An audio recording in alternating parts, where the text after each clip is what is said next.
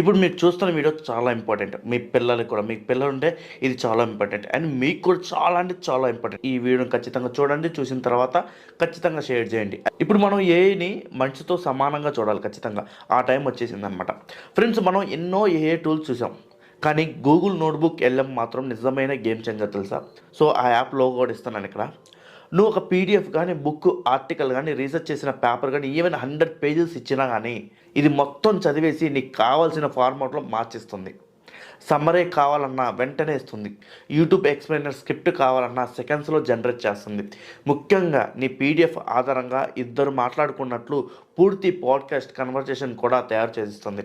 క్రియేటర్స్కి, స్టూడెంట్స్కి, రైటర్స్కి, రీసెర్చర్స్కి నోట్బుక్ వెళ్ళమ్మ అసలు దేవుడిచ్చిన టూల్ అనమాట. మనకు గంటలు పడే సమయాన్ని 5 సెకండ్లో పూర్తి చేస్తుంది అనమాట.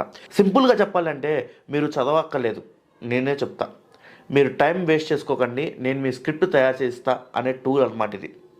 కంటెంట్ క్రియేటర్స్కి, స్పీడ్, ప్రొడక్టివిటీకి వీటన్నిటిని నెక్స్ట్ లెవెల్ తీసుకెళ్ళే ఏఏ టూల్ ఇది నోట్బుక్ ఎల్ఎం.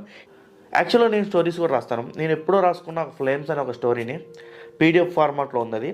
సో అది నేను అప్లోడ్ చేశాను దీంట్లో notebook ఎల్ఎంలో.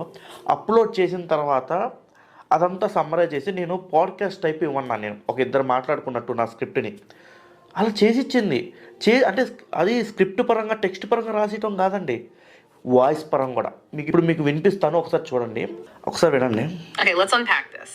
Today, we are diving into a really fascinating set of source materials. We are. It's a series of excerpts from a story concept titled Flames.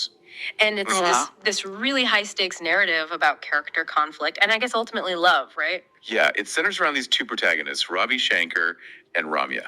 So our mission నా స్టోరీలో hero heroine names అనమాట అయ్యి. ఇప్పుడు మనం కొంచెం ముందుకెళ్దాం, forward చేద్దాం. Story. And once Ramya figured out the rules of his world, that he uses money and deadlines to stay in control, she decides to break them.